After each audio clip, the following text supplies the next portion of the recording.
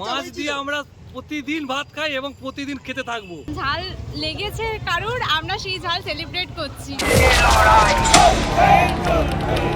নবান্ন থেকে ঠিক কয়েক পা দূরে এই যে জায়গা মন্দিরতলা, সেখানেও যে জয়, সেই জয় শুধু আবির নয়, আবির ছাড়াও আরও একটা জিনিস দিয়ে তারা সেলিব্রেট করছেন, যেটা কিছুদিন আগে প্রধানমন্ত্রী নিজে খেয়েছিলেন, ঝালমুড়ি।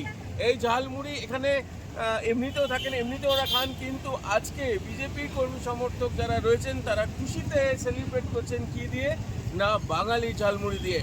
আর সেইটাই আজকে একটা অন্যরকম উদযাপন হয়ে থাকছে, কারণ ঝাড়গ্রামের ঝালমুড়ি আর আজকে যে ঝালমুড়ি তার মধ্যে একটাই তফাৎ, আজকে বিজেপির জয় এবং বাংলায় নতুন অরুণোদয়, সঙ্গে ঝালমুড়ি।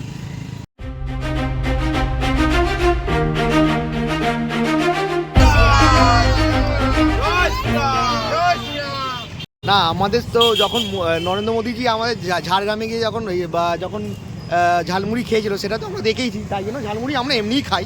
তো ওনাকে দেখে আমরা আরও অনুপ্রাণিত হয়েছি আবার খাবার জন্য। আর এই জয়টাকে সেবন, এটা বাঙালির জয়। বাঙালিকে মানুষ যারা ভেবেছিল যে মূর্খের স্বর্গে বাস করে, তাদের জন্য আজকে সেই জয়, তাদের মুখে একরাশ ছাই তাদের জন্য।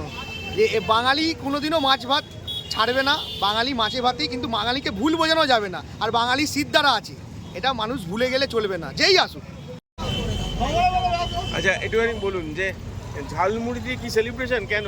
একদম, ঝাল লেগেছে কারুর, আমরা সেই ঝাল সেলিব্রেট করছি। বাঙালি ঝালমুড়ি, তো এটা দিয়ে ছাড়া আর কি দিয়ে সেলিব্রেশন হতে পারে? তাই আর আমাদের বাঙালির রসগোল্লা, বাঙালির মিষ্টি রসগোল্লা আমরা সবাইকে খাওয়াবো। আর মাছে ভাতে বাঙালি, মাছ দিয়ে আমরা প্রতিদিন ভাত খাই এবং প্রতিদিন খেতে থাকবো, কোনো বন্ধ হবে না মাছ।